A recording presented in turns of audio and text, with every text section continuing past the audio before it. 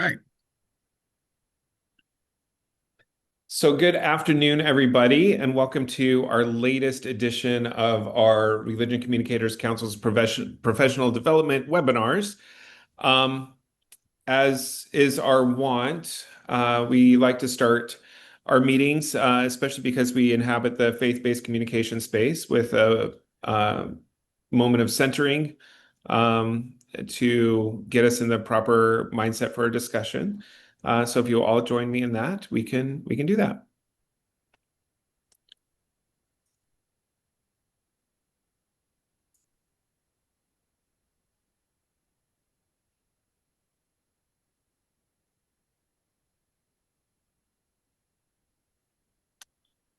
Thank you very much.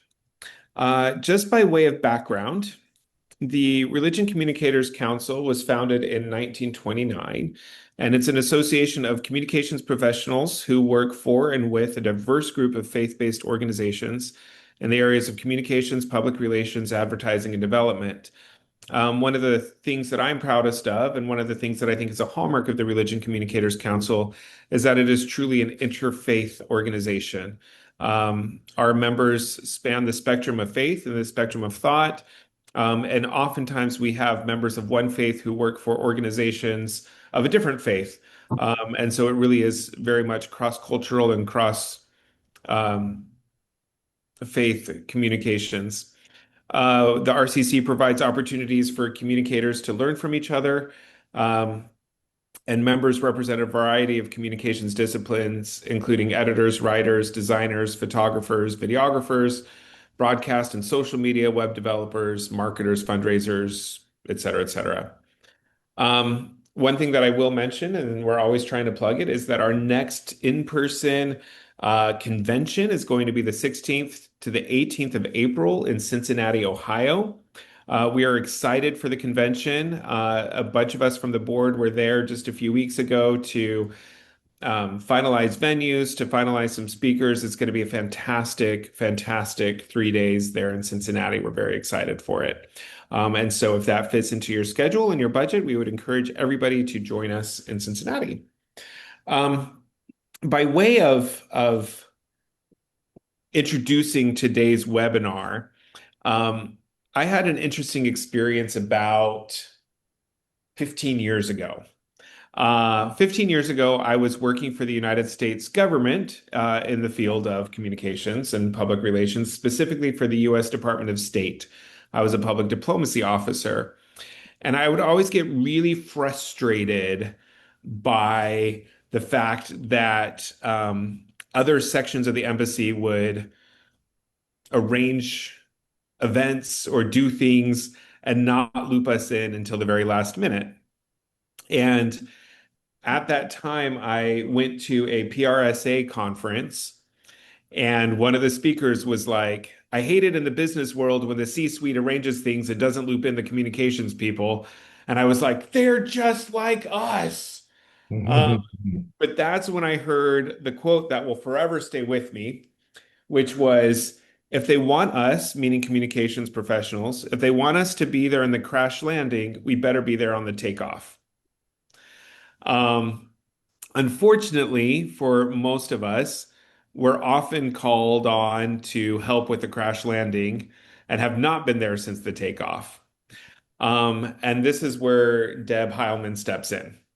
Deb Heilman has been a communications management and corporate crisis professional for decades. She's helped organizations grow, manage change, and improve results by communicating better. She very well understands the fact that while many companies see communications as a soft skill and not critical to their success, that communications is actually the backbone of every single business. Every organization, including faith-based organizations, are susceptible to crisis, whether it involves a natural disaster, a human tragedy, or employment or employee or clergy misconduct. And Deb works with organizations to develop comprehensive crisis communications plans. In other words, she works with corporations to make sure that the communications is there on the takeoff. However, if a crisis strikes and they need assistance with damage control, Deb is also able to step in. She's able to help manage the message, prepare spokespeople, deal with mainstream and social media. In other words, she's also there on the crash landing. And so today, Deb is going to walk us through some of that. She's going to walk us through how to be there on the takeoff, how to develop these crisis communication plans, and as well as what to do if we are just called in at the last minute to help with the crash landing. So with that, Deb, we will turn the time over to you. I understand Deb has a presentation, then we have some hands-on activities after her formal remarks. Absolutely. And thank you, Ryan. And matter of fact, amongst the many roles I've played over those decades, I was one of you for a while. In fact, my first executive level role was working in a health ministry of the Catholic Church. So I've been where you are. I understand the unique challenges of communicating within a faith-based organization. So with that, I'm going to get my slide deck going up here. Can everybody see that? Yes. Okay, perfect. So I titled it Faith and Pragmatism because we have to have a little bit of both when we are communicating through crisis, right? We have to have faith that things are going to work out for the best, that we are going to get through these kinds of things, but we also have to plan, right? We pray for the best and plan for the worst. So a little bit about me. Yeah, I've been doing this for decades, more than 4 to be exact. I hold a number of certifications in addition to my formal education and training. I've been the CEO of the Institute for Crisis Management for 11 years now, a little more than 11 years. I have done pretty much every kind of communication discipline with the exception of government relations. That's the only area I've not really worked in, but I've done advertising, marketing, employee communications, PR, investor relations, just a little bit of everything. And over the years, and especially my years at ICM, I've worked with leaders in more than a half a dozen different denominations. So I've got a lot of familiarity with how church organizations work. And I've also been involved in just about every kind of crisis you can imagine, from bankruptcies to unexpected deaths, natural disasters, allegations of criminal wrongdoing, you name it, and I've seen it. So really what all that tells you is I'm kind of old and I know a lot of stuff. So here's what I want to do today. I do have a presentation, so I've got a little bit of talking head for you. And then we're going to do a little crisis exercise, and it's really going to be kind of a Q&A. I'm going to present you with a scenario, and we're going to walk through a series of questions. And all of you, I encourage you to join in the conversation in the exercise. But also, if you have questions during my presentation, please don't hesitate to ask those questions. I think we'll have some time at the end for questions as well, but I don't stand on formality with these kinds of things. So if you have a question, don't hesitate to ask. So I want to start with something very simple. What is a crisis? What constitutes a crisis? It can be a natural disaster. It can be the unexpected death of a prophet. It can be workplace violence, mass shootings, improprieties. There's so many different things that it might be, but for us, we define it in a very broad way, and it is an event, or more often these days, a series of events. But, and this is critical, left unmanaged can threaten the organization. So it can threaten your reputation. It can impact operations. It can impact the financial stability of the organization. You may lose members of your congregation. You lose money associated with that. But these kind of things really will require quick action, right? And strategic management to get the crisis under control, to help restore trust in our organization and ensure that we are going to recover and that tomorrow's normal is going to be as good or better than what yesterday's normal was. So I want to give you a little bit of context about the world we're living in right now, both broadly and from a faith-based perspective. So we are in, as we all know, kind of a mess these days. There is political turmoil everywhere. It is certainly not unique to the United States right now. We are seeing so much going on in so many places. At the same time, democracies like the United States have become much more secular. And as you all know, fewer people that affiliate themselves with an organized religion. And that's caused a huge erosion of trust. We're seeing the rise of artificial intelligence and all the ways that that can be used for good or for evil, unfortunately. A lot of social activism that's going on, movements that gained steam in the late 20-teens and the early 2020s that now we are seeing being dismantled for one reason or another. But at the same time, our stakeholders, right, our congregations, the people that we communicate with, expect leadership to take a stand on issues that they care about. And for many leaders, executives especially, that's a very uncomfortable place to be. And so they don't always get it right. Edelman is a very well-known consultancy out there. It's one of the biggest communications consultancies in the world. And for 25 years now, they have conducted what they call the Trust Barometer. It is an annual survey of thousands of people worldwide trying to measure the state of trust in the world. And the 2025 report, and I shared this with Jenny, and she will share it with you, the theme was a crisis of grievance. Right? We've gone through crises of trust over the last few years, and we've seen a profound shift just even from 24 to 25. And more than 60% of us said we've got a sense of grievance, that government and business are not helping us. They're not making our lives better. They are enriching themselves and not worrying about everyday Americans, for example. And this political polarization, along with this, is really deepening our fears in this area. In fact, the top 10 things that came out of the barometer this year is that sense of grievance. Globalization, recession, fears of technology are more heightened in this crisis of grievance. There's more fear of discrimination. More people, especially Gen Y and Gen Z, don't have optimism that their children are going to have it better than they do. There's a sense of pessimism about our future. People on the low end of the income scale are mired in mistrust. But this is the one that scares me the most. 4 in 10 of those surveyed approve of hostile activism. That one scares me quite a bit.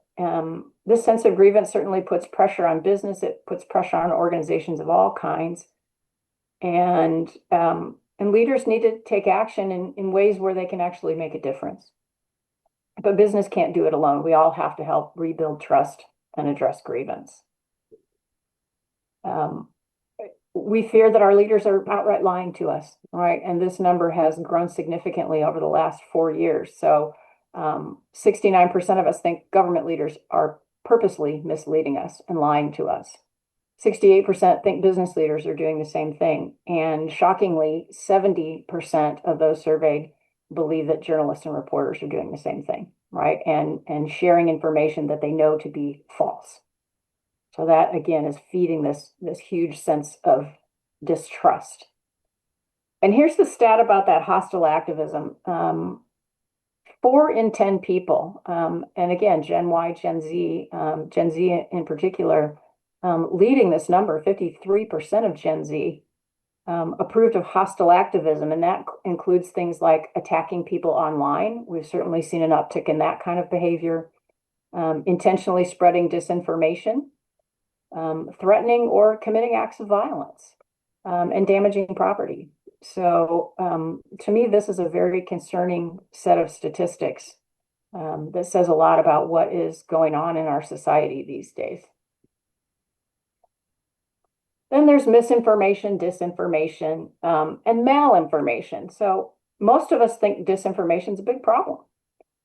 We don't trust big national news outlets, right? We don't trust the evening news so much anymore. We do trust our local news, right? Our local TV news, our local newspaper.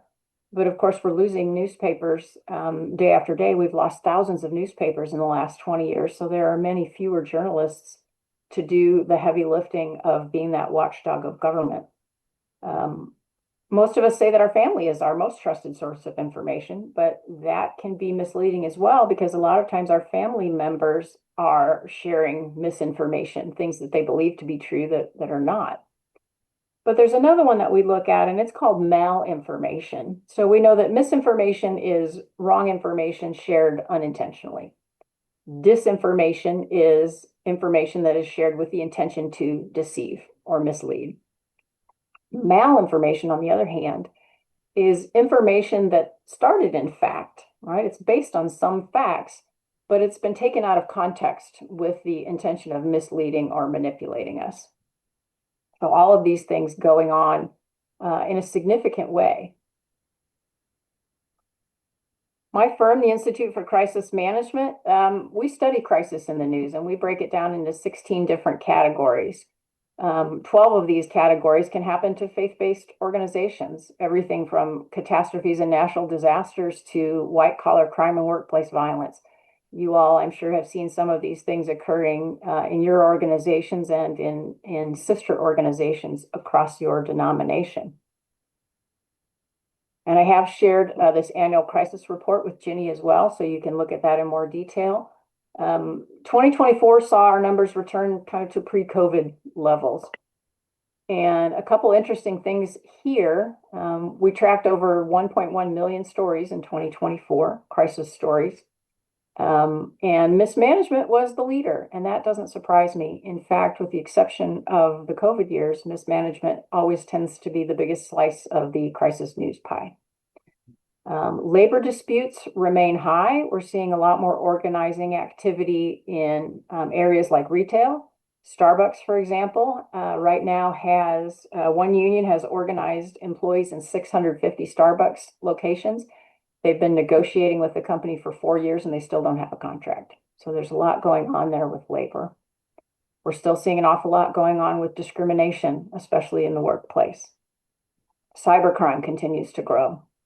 Class actions, that one is usually pretty low. It has remained high over the last couple of years, largely because there is a lot of litigation pending, particularly with the EEOC, related to employee class actions against companies who failed to protect their employees during COVID. They didn't provide personal protective equipment. They didn't provide a safe environment for their employees. Churches are no stranger to crisis. This is just a handful of headlines that I found recently. We certainly know that there's a lot of sex abuse scandal out there that is not unique to the Catholic Church. Certainly, there's been a lot of that in a lot of different places. The Church of England, which here we know as the Episcopal Church, was cited for treating people badly. The Methodist, a bank chief from the Methodist Church, right, was involved in a number of different nefarious things. And a Christian donor, right, was convicted in $100 billion fraud scandal. So we've seen it. We've seen it across all different denominations. No one is immune from bad behavior, right, and the things that individual people choose to do. But if we look a little bit closer for church organizations, you may be experiencing some financial crises, right? Membership decline, which means loss of funding, perhaps declines seen in tithing, unexpected expenses, especially crisis related. When you have to spend money to mitigate something, nobody budgets for crisis. And so that money's got to come from somewhere. Mismanagement, embezzlement, moral crises, again, all different kinds of improprieties. But sometimes it's a conflict between factions. We've seen that with the Church of England and the Episcopal Church and other denominations where there have been different factions break off because they have ideological differences. Natural disasters. Faith-based organizations play a huge role in disaster response, but they can be impacted too. And while they're helping support their communities, they may need help as well. Then we've got other, important things, workplace violence. A church shooting is still workplace violence because the church is a place where people work, right? Worshipers are being attacked, but it is still a workplace for others. And so that creates all kinds of trauma and things that have to be addressed for the people that work within that congregation. And then there's conflicts and controversy that comes from different leaders. There's negative stories, there's disagreements, there's conflict and division these days about diversity, equity, inclusion, right? Certainly attacks on LGBTQ, on ethnic diversity and that kind of thing. And that has driven some schisms for certain denominations. Changes in structure, leadership changes, complex cultural issues, trying to balance cohesion and autonomy with individual denominations, individual churches.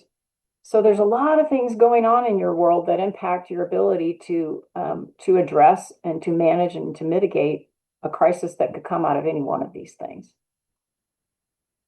And a lot of faith-based organizations are simply unprepared. And in fact, organizations of all kinds worldwide, only about half have any kind of crisis plan at all, whether it's a response plan or a communication plan. And that number has stayed at that level for decades. I really thought at one point that maybe COVID would wake more people up and more people would have plans in place, but it really hasn't. And a lot of those who do have a plan maybe haven't updated it in a while. Recently, I worked with a church denomination who wanted to update their crisis plan. And the first thing we wanted to do is audit the existing plan. The only plan they had was 20 years old and it had never been approved. It was a draft. They have an approved trained exercise version now, but it just sat on a shelf for 20 years. Didn't help them a bit when they were facing crises. And as I said, we certainly have to have faith, but we also have to be pragmatic about the things that we have to do, and certainly pragmatic about being prepared. And in my experience, at least, one of the biggest reasons that we see for lack of planning is simply denial. Leaders think it'll never happen to us, or if it does, we'll be able to manage it, right? When in fact, they find out often the hard way that they can't manage it. In some circumstances, spokespersons are just utterly unprepared. This is a quote from a Baptist church in Zimbabwe, and I know you'll see the contradiction here. I can neither deny nor confirm anything, but we are investigating such a case. Okay, well, you just confirmed it. When something happens in your home, you do not go around broadcasting as we take care of sinners, including those who are hurt by sinners. Any thoughts about that quote? Guys, what do you think of that? I think it would be better off not saying anything. That's Yeah. It certainly didn't help because it says nothing, and yet it says a lot about their lack of preparedness to say anything. And really what they could have said was, we are aware of an issue, we are looking into the matter, and if and when there is information that we can share, we will do so. That would have been responsive without running in circles around kind of a non-response.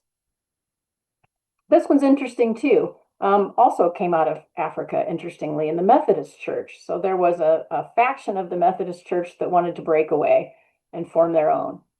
And this was the statement put out by the church. They said, even though we're saddened by their exit, we hold them in our prayers. Great. But then they come back and drop the hammer.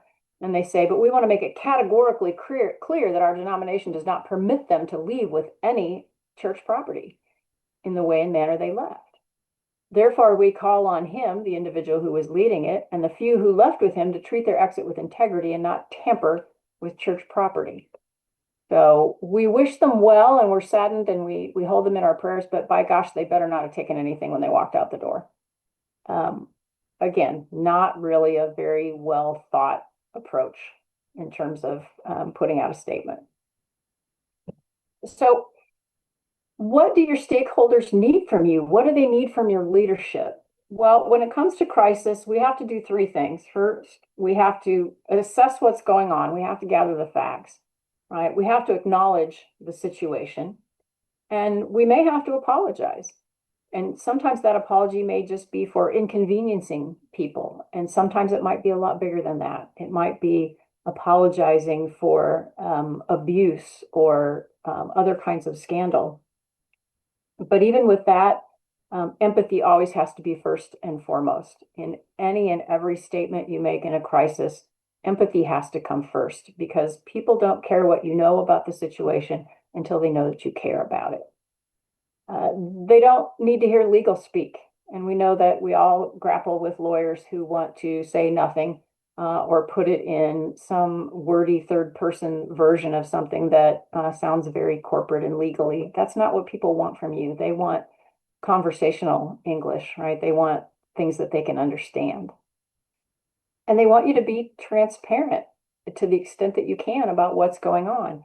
And when you can share information and even explain when you can't and why you can't share information, that's going to help build trust and credibility for your organization. They want to know what's being done to address the problem. They want to know what you're doing to make it right.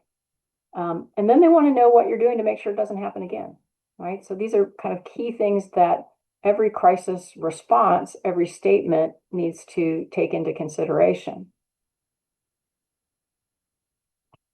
Well, what if you don't have a plan or your plan's outdated? And this is something we do for a lot of clients right now. Best practice is to start with studying your risks and your vulnerabilities. Audit the plan if you have one, but really look at what is the probability for any of a variety of different things to affect your organization. And we start with that list of 16 categories that we study, right? And we narrow it down to the ones that are applicable. When we do that, we do a survey of leadership and we get their opinions on what they think is most likely and what may be impactful. We talk to leaders because we want to know what keeps them awake at night, right? What is it that, figuratively speaking, they worry most about? We look at what other sister organizations have had to deal with, right? And how do they manage that? And based on that, then we're going to come back and tell you, here is the list of potential crises we think need to be in your plan. So what do you need to plan for as a faith-based organization?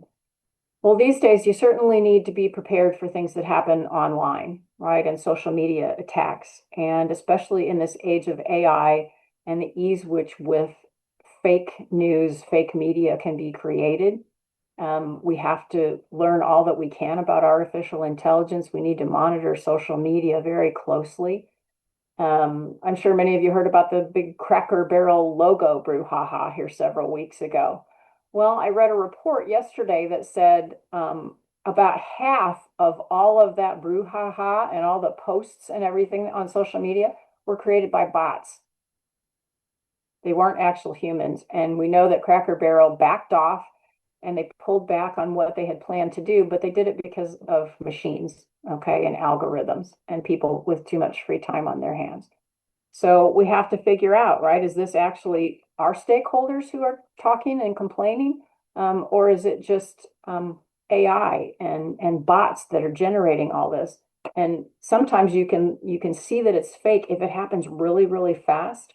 With Cracker Barrel, literally they had thousands of hits and posts and likes within a matter of minutes, right? And that's what the bots do, right? They can generate this stuff so quickly that it gets out of hand before anybody even knows what's going on. So we've got to really focus on that. Certainly all of us can be impacted by a natural disaster and we need to be prepared for that. The potential for what I call employees behaving badly. So financial mismanagement, allegations of abuse, any kind of white collar crime, those kinds of things can and do happen in faith-based organizations, and we have to be prepared for that. Workplace violence, shootings, it's happening. We have to be prepared to communicate.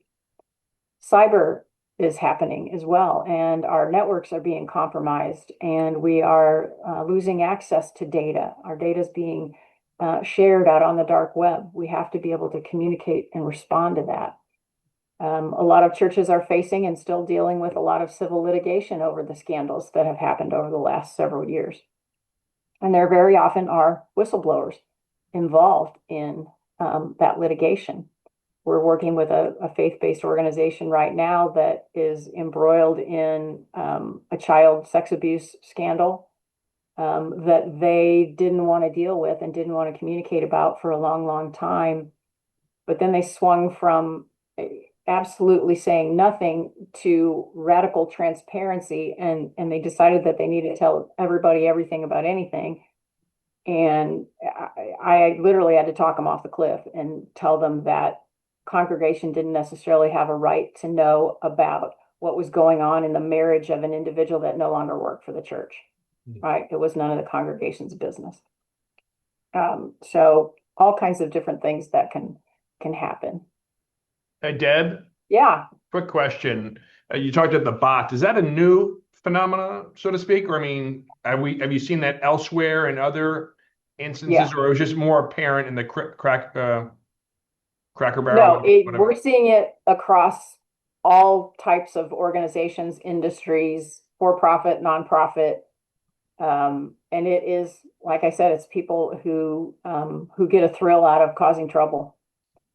And lots of organizations are dealing with it. You may have heard about the Coldplay Kiss Cam incident a few months ago, where a CEO of a company was caught with a woman who was not his wife. Very quickly, a bot generated a fake statement from the CEO, something he never said, right? But it ended up out there and being widely circulated. And these are all things that are being done by bots and artificial intelligence. But even AI has a human behind it somewhere, right? Someone who is planning to use that power for evil rather than good. Interesting. Thanks. Yeah, and it's just getting worse. The crisis communication plan. Okay, let's talk about that for a few minutes. So, best practice elements of a good plan. Well, we want to start with executive sponsorship, right? And that's this purpose statement. So we want to know that the leaders of our organization support crisis planning and preparedness and recognize the importance of the plan. We want to make sure we've identified who all the members of the crisis team are and who's in charge. What's that organization chart look like? We need to be able to contact people, right? So contact lists for the primary team members and any backups for each of those roles. We want to have guidelines for how we identify a crisis and activate the team. Job descriptions, so line and staff roles and responsibilities, and these typically are just a few paragraphs for each role. We need to identify who our spokespeople are and what they are permitted to disclose. You have to excuse me for a moment. Hold on. Sorry, management team's chewing on a plant. My cat getting into trouble. I apologize. Further elements. We should have a process in place on how we verify the facts, right, that we're going to use in any statement that we might put out. Document control. That's easier than ever these days if you're using something like Microsoft Teams or Google Docs. Back in the day, I'd draft a media statement and send it to a half a dozen people for review and approval, and I'd get back a half a dozen sets of edits and have to try and collapse those into one cohesive revised statement. Well, nowadays, thanks to technology, we can have one running document with everybody's commentary included in it because we need to make sure we always have the latest, greatest approved version of things. There may be some other factual information, photos, things that we are approved to share, biographies of leaders, for example. There may be some procedures that we need if we need to hire some extra help. If we're in a really big, bad situation and we need a crisis consultant, for example, or we have some other resources that we may need to put in place. We want to know how we're going to make that happen. We may have some particular policies to include in the appendix, a media policy, a social media policy, those types of things. And then importantly, our scenario plan. So we're going to create scenario-specific documents for all of those crisis categories that we identified that were going to be either most probable or most impactful on the organization. Then we may have some checklists, some action steps. We want to make sure we've got contact information for key media outlets that we may need to be in communication with. And then tools and templates, some other things that we may use to work through our crisis communication response process. Importantly, our communication strategy needs to be part of those scenario plans in particular, and it's a threefold approach for us. first, the communications that we put out need to address how we are resolving the immediate threats. And we need to be cautious about that and make sure that we're setting realistic expectations for our stakeholders and not overpromising on how long it might take to find out what's going on, to find out how bad it is, and be able to share information. Then as things become a little bit more under control, then we need communications that are going to help repair what caused the problem to begin with. And with the exception of things like natural disasters, we may have issues in the governance of our organizations or our policies that are inadequate, or we haven't trained people enough. We need to look at those things, and we need to communicate what we plan to do to update those things to make sure that the root cause is addressed and that we have done what's needed to be done to help prevent it from happening again. And then lastly is communication that is used to help restore the organization, right? Talking about the things that we're going to do tomorrow to help us get back to that new normal, right? And what the organization is going to look like post-crisis. So I talked about a little bit about playbooks. These are those scenario plans for each particular type of crisis. And they're fairly simple and straightforward. They're only a few pages long. We do a set of these for each crisis that's been identified. And what it does is it gives you a quick overview of what the event might look like. It identifies what are our priorities for communicating if this situation occurs. Who are the groups we need to communicate with? What are they going to want to know? What are the questions that they're probably going to ask us? And then what are our key message themes? What are the important points that we're going to need to communicate in this situation? And then some special considerations. For example, if there's a natural disaster and people have been injured or worse, we're going to need to communicate with family members, and we need to have some structure around how that's going to happen. And also what we can communicate publicly and what we're not going to communicate publicly about those victims. Deb? Yeah. Sorry. As relates to classifying the crisis, do you have a cheat sheet that kind of helps people determine that analysis? I do. It's and I can share one. It is customized to each organization. Sure. But what we do is two things. Well, we have severity levels. First, we have sudden crises and smoldering crises. And for each one of those, we've developed a 3-point scale of level 1 crisis, level 2, level 3 being all hands on deck. And we identify examples of what types of events may fall within each one of those. Knowing that something may start out as a level 1, low level thing, but might quickly erupt into an all hands on deck situation. But I will send that to Jenny so that she can share it with you. Great, thank you. Okay.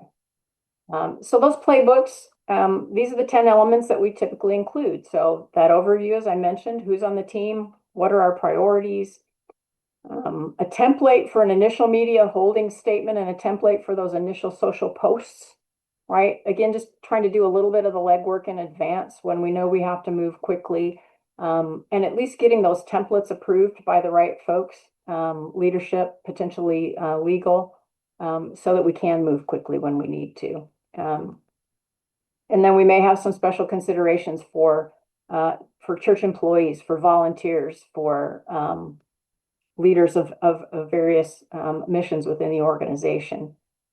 And there may be some specific social media things that we need to do for this situation. And there may be some other scenario specific things. For example, in a natural disaster, we may want to sponsor some fundraising for the victim families, right? And so there are some things that we need to take into consideration on what's the best way to do that. That wouldn't be the case for other types of crises. Then again, best practice, you got to update the plans, right? We've got to look at those risks and those potential crises, at least on an annual basis, because they change, right? This year, one particular type of event may be a higher risk, and next year, maybe we've made some changes in the organization and the risk has dropped, but maybe some other things have increased. And so it's important to go back and look and say, okay, are these risks still the ones we need to be focused on? Exercising the plan is very important. You want the crisis team to be familiar with the plan, know their role, right? And be able to actually use the plan when crisis strikes. And so we do exercises, and they don't need to be fancy. They don't need to be elaborate in any way. They can be very simple to put together.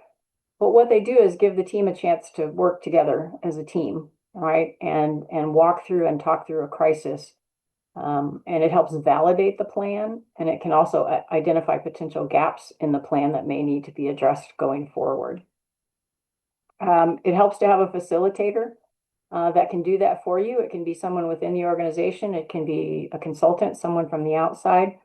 But that way the team can really focus on the exercise itself. And you've got someone who's also an observer who, when you're debriefing the exercise, can share some observations about how the team worked and how the exercise worked. All right, perfect. We are going to do a little exercise here. So we're going to build a playbook, right? Or at least the framework of a playbook for an event. Can I ask a question before we get to the exercise? You bet. And I didn't know where to jump in with this. No problem. It kind of spans a couple of things. One of the things you talked about was transparency building credibility, right? But then we're also talking about needing to assess and acknowledge and like get information out there. But I feel like, well, the biggest, I've been watching a couple of the different crises as it affects my faith over the last few weeks. Yeah. One of them was the Utah Valley University shooting of Charlie Kirk. I felt like there was such a need to get information out about what we're doing, and we've nabbed, we've caught the person responsible for it and all this kind of stuff, that they were actually presenting false information. Like they hadn't, they had a suspect in custody, but it actually wasn't the person who did it or whatever. Yeah. Like how do you balance the need to try to show that you're doing something, the need to try to get out there, the need to try to be transparent, with also the need to make sure that you have the accurate facts and the accurate things before you Yeah. get ahead of yourself? Like how do you strike that balance? Well, you have to be cautious. And when you don't necessarily have all the facts to share, you can share the process that you're going through to gather that information, right? That helps give people a little bit of a sense of control over the situation. And so in that case, yeah, they announced that they had a suspect in custody, and then they found out that they had the wrong guy. Yeah. And it's okay to make those kind of mistakes sometimes. People will forgive you for that. What they won't forgive is if they feel like you are intentionally holding back information that they need in order to make decisions about their own safety and welfare. So it's a fine line, Ryan, that you have to walk each time you get into that. And in the case of the UVU thing, university shouldn't have been talking about it at all, right? It should be law enforcement Well, I talking mean, it was the about law that. enforcement that was That screwed providing up.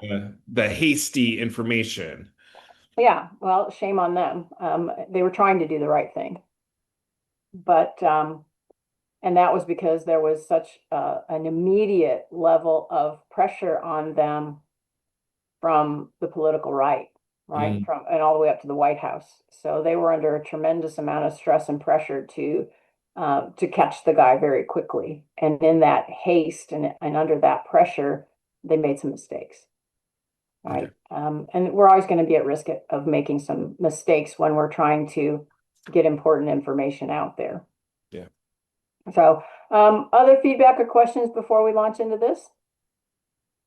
Okay.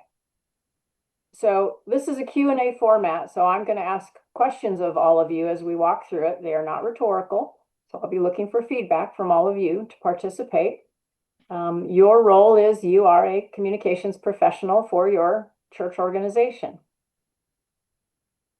And we will work it as far as our time permits, because I do want to leave a little time at the end for Q&A. So here's the situation.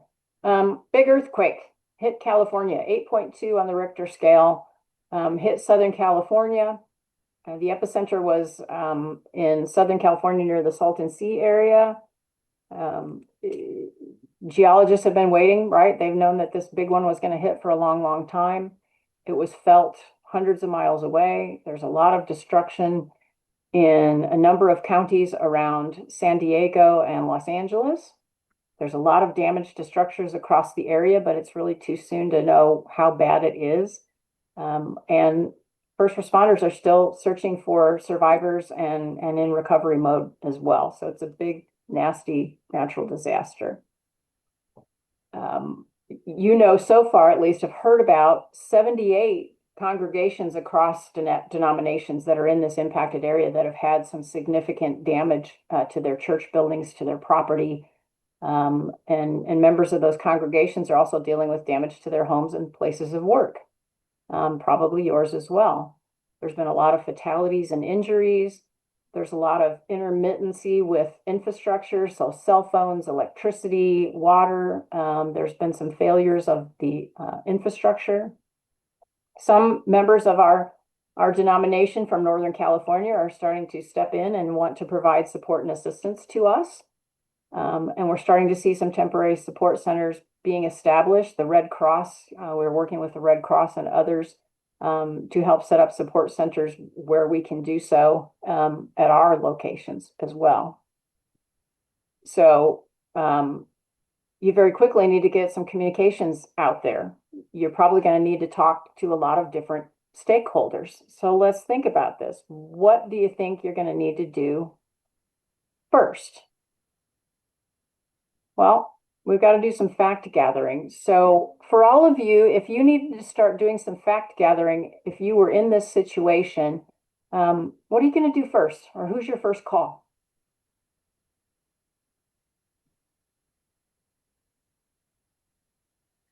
So at least for us, the big things that I feel like happen in every situation like this, members of my faith are very, very concerned about the missionaries that we have around the world. So one of my facts gathering would be to contact the missionary department to see if we have a report on if any missionaries have been affected. They also want to know what we're doing in terms of humanitarian aid. Yep. So one of my fact gathering things would be to contact Welfare and Self-Reliance Services to see what resources we already had on the ground and how they might have been affected and how we might be able to help that way. Yep. And then one of my fact gathering things would be to contact the area president over California to see if he's gotten reports about damage to church buildings, et cetera, et cetera. Okay, excellent.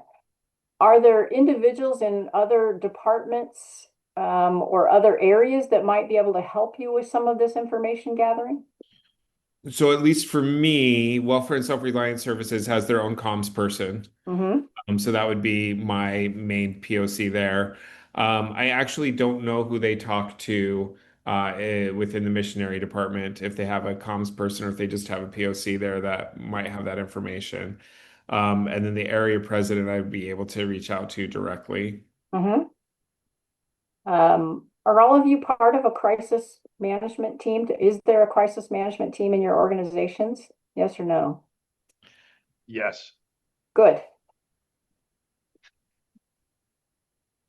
Anybody else? Come on, guys, don't be shy. I actually don't know because I'm not at headquarters. And so Okay. I'm assuming at headquarters there is. And I'm assuming that if something were to happen here in New York, I'd probably be part of that. Hopefully. Wesley actually just texted that there is a crisis or a crisis committee, and he is not on it, which is fascinating because he's the comms guy. Yeah. That's weird, Wesley. Yeah, Wesley, you Oh, need they to have be- other comms guys. I'm the There's creative other comms I'm the guys, creative too. director. If they need something creative at that moment, then I'm sure they will bring me into the Can you issue. change the font on this, Wesley, in the middle of our crisis? Yeah, I've done quite a bit of crisis communications, but not at this organization. as Okay. long as comms is represented on that team, Yeah. that's the important part. And when we're talking about these communication plans, by the way, guys, if your organization does not have a crisis management team, there's no reason you can't still develop this crisis communication plan. right? You don't need the management team to make sure you've got a communication plan in place and that you're going to be prepared to respond in any of a wide variety of situations. So, okay, we know a few places where we can start gathering facts and verifying them. What might be some of the challenges we're going to have to deal with in getting information out to our stakeholders?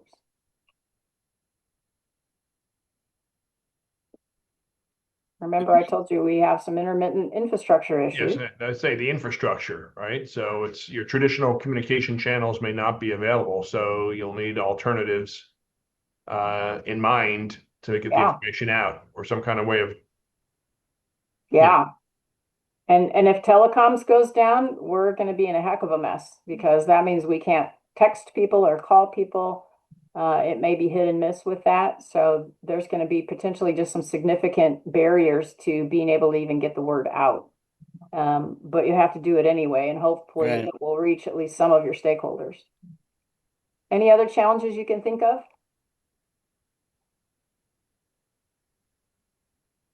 maybe the people who would be on point may have been impacted directly, fatally, or injured, or just preoccupied with others' Yeah. matters. The people that you need to reach the most urgently may be unavailable for one reason or another, and that might include the crisis team leader. It might be the lead pastor in your church. It could be people that you need to talk to and you need to get approvals from potentially, that for one reason or another you are unable to reach. And so if you can't get approval for putting things out, that's a huge roadblock from being able to communicate. I would encourage all of you to get that approval structure for crisis comms as flat as you can, right? As few levels of approvals needed as possible in order to try and expedite getting information out in a timely fashion. So communication priorities, key stakeholders. Who are, let's say, the top 3 stakeholder groups that we need to communicate with in an earthquake situation?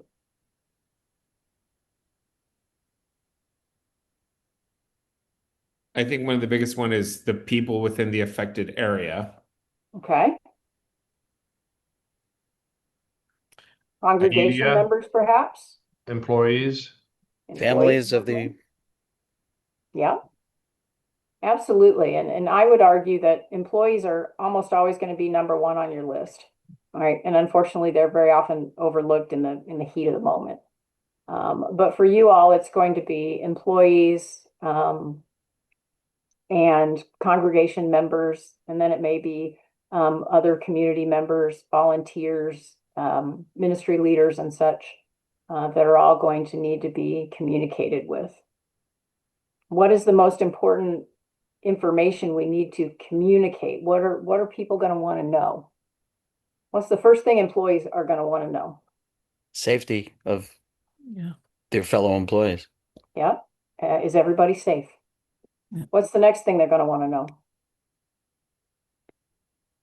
I would say most of them would want to know how they can help. What do we do now? How can I help? They may also be concerned that their job's been interrupted and is my paycheck going to be interrupted? Right? Am I going to be able to take care of my family? I'm okay, my family's okay. But am I going to be impacted in any way by this? So we need to think through what those questions might be and how we're going to answer those questions.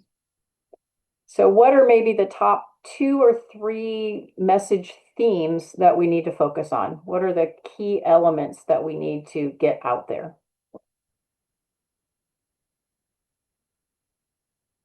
Well, if we're looking at your things that you said, the resolve, the repair, and the restore, Mm-hmm. right?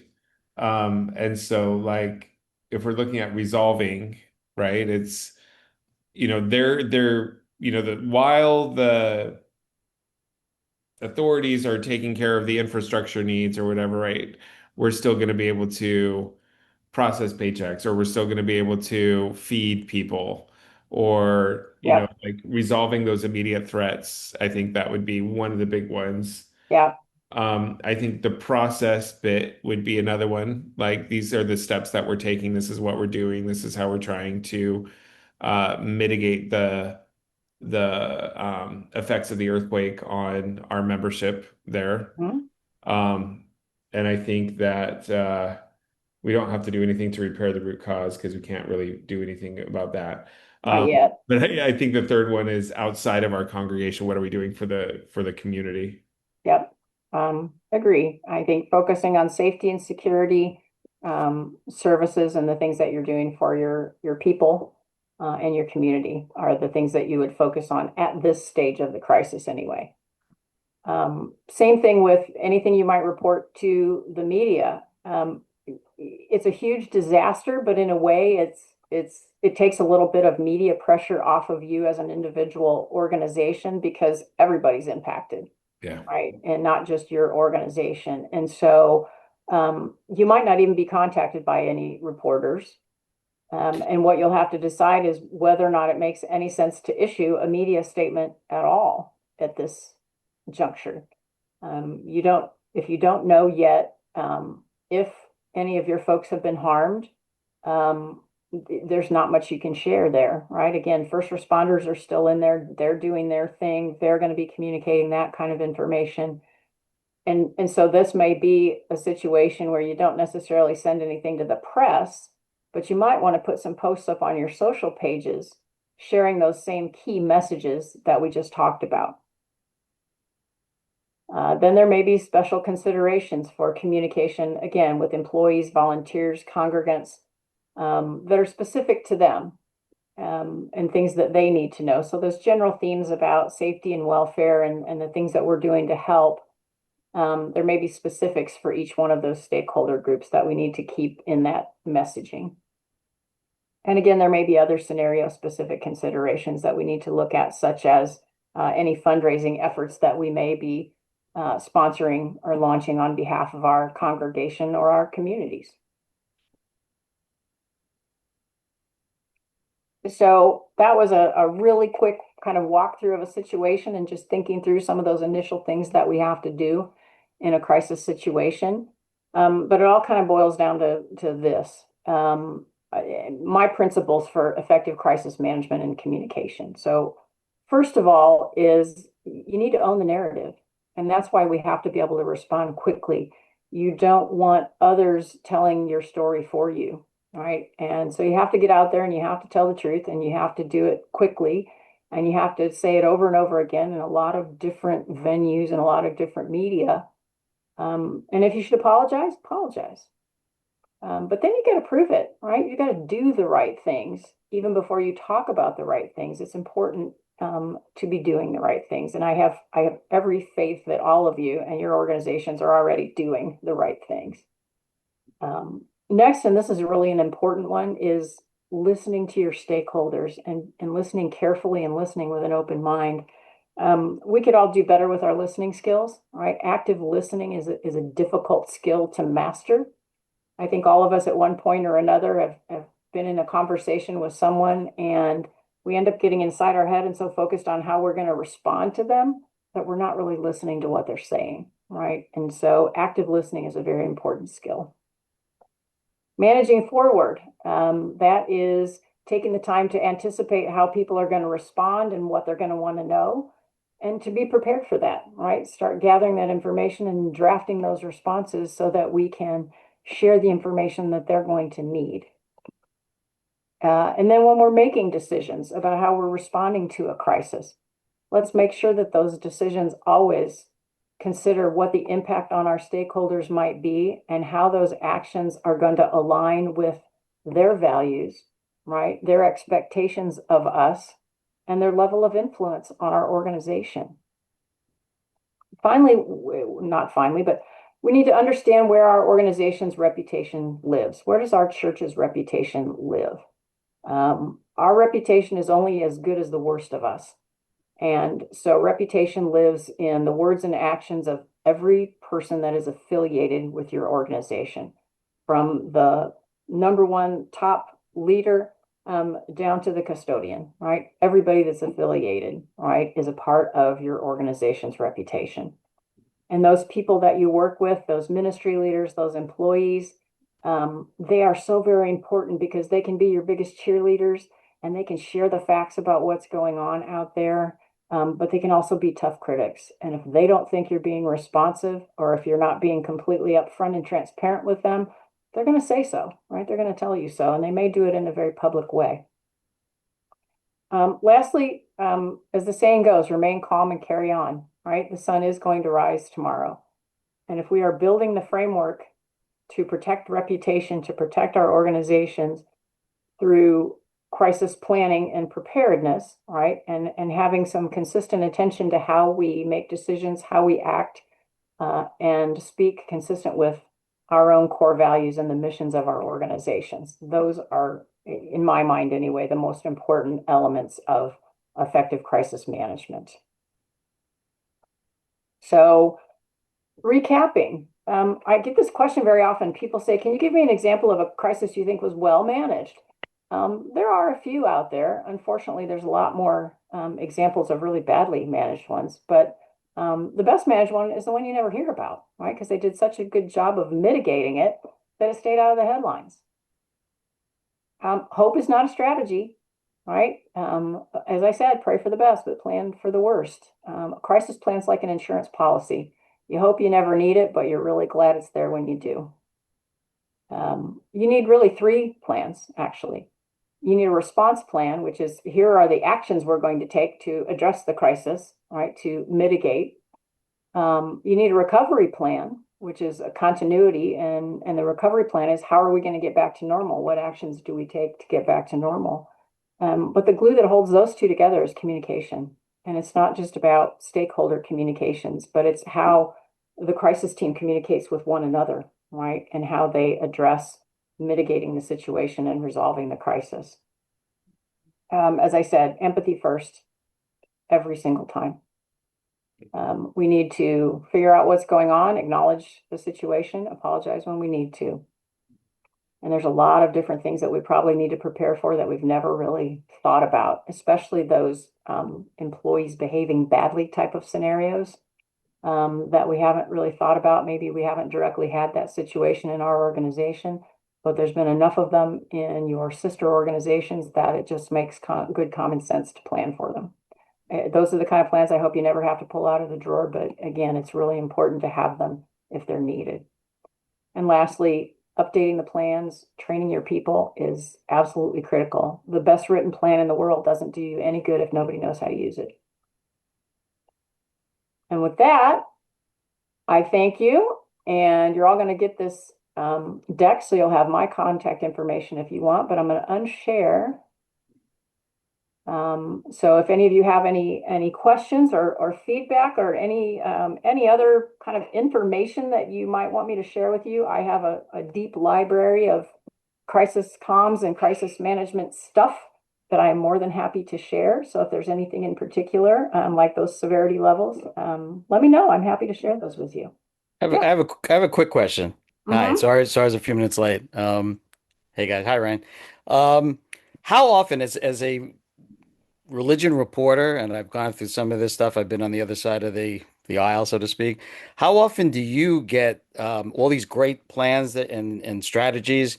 You get the lawyer for the organization saying, we're not doing that. We're not telling the truth. We're not just everybody just quiet down. And then all these great plans that you just presented to us Yep. just get put back in the drawer. A lot less frequently these days, Eric, and I'll tell you why. Smart lawyers, especially the younger ones that are coming up, understand the importance of communication. They understand that a lack of transparency can make people mad enough to want to file a civil suit against you. And they recognize also that apologizing is not the same as saying, yeah, we're guilty, we did it. And so, and I have worked with some really brilliant attorneys over the years and have had that debate about what we share and what we don't. And what I've found is that they're starting to more and more recognize how important it is that we work together, right? Ultimately, the lawyer's job and the communicator's job is one and the same, and that is to protect the organization. We just do it in a little bit different ways. They are worried about the court of law. We're worried about the court of public opinion. Right? And we have to focus on both. because we can win in the court of law and lose badly in the court of public opinion, right? And you can win in court all day long, but if people have lost faith in you, then you've still lost. Great. So, Thank you. That's in fact, I actually had an attorney one time who wanted to share more than I wanted to share, believe it or not. And it was a government organization. It was a small county government that had a huge cyber attack. And it was a good news story because the consultants they brought in managed to do a great job with the hackers in negotiating ransom. And so it was a good news story. And he wanted to get out and tell it. And typically I would have said, well, I'm okay with answering the questions and being responsive to the media, but I don't know that we need to put out a press release that announces all this stuff because you just told the hackers how they can negotiate against your good intentions. So, but that's the only time I've had one that actually wanted to go farther than I did. right. Thank you. I had a quick question if we have time, about the hostile activism, Yeah. right? And so how have you incorporated that into training people about the crisis communications, both in terms of if you're hostilely activated against, or if members of your faith are hostilely activating? Wow, that's a great question. And I haven't had a lot of call for that yet.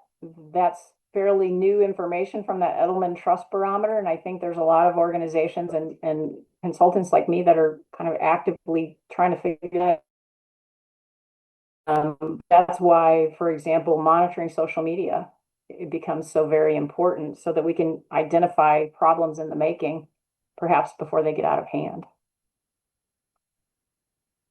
And also just knowing who our adversaries are. What activist groups have a history of coming out against our organization, and we want to pay attention to what they're up to as well. Okay. Other questions, feedback, thoughts?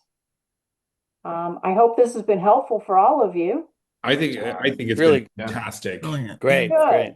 Well, Very much. as Thank I you. said, I'm just I'm honored, pleased to be with all of you today. I'm happy to share, as I said, the information that Jenny's going to send out for all of you, and you'll have my email and my contact information. And again, if there's anything you think of after we log off here that you think might be helpful to you, maybe some examples of some of the things that I've talked about, let me know. I'm more than happy to share. Yeah, no, thank you. Thank you so much, Deb. It's been really fascinating. It's been really good. It's been really good to, even though I'm not the one that directly communicates with the press on behalf of my organization, just to think through some of those things. Even as if something were to happen here in New York, these are the things that I would be trying to feed up to the people that do speak, right? Yeah. So I really appreciate your time this afternoon and for the support of the Religion Communicators Council. Yeah. One last thought about the lawyers. It's so important that you have a devil's advocate, right? You need a worst case scenario thinker, right? We communicators tend to be optimists by nature. And that's usually the lawyers. It is usually the lawyers because they've been trained to do that, right? They are trained worst case scenario thinkers, but it's important to have that person that can come out and say, you know what, did you think about this? What if this happens? What if that happens? And they tend to think of stuff we don't think of, right? And it's so very important as part of our planning and as part of our response that we have that naysayer on the team that says, yeah, wait a minute, let's think through that. Yeah. And as wearing my reporter hat, if you want to send any scandals my way before, to break them out into the open, I'm happy to get those. So. Well, Eric. I'm supposed to be protecting my clients when those things happen, Eric. I can't rat them out. Just kidding. Okay. All right. Thank you very guys. much, Deb. Appreciate it. Thank you so much. It's been my pleasure. Have a great day. Thank you. Take care. care. Bye, Ryan. And we'll Bye. look forward to our next webinars at the end of November, as well as our next Third Thursday chat and continued professional development with our group. So thank you so much, everybody, for coming. And thank you once again, Deb. Thank you, Deb. Thanks. Appreciate All it. right. See ya. See you, everybody. Bye. Bye-bye. Jenny. Wait.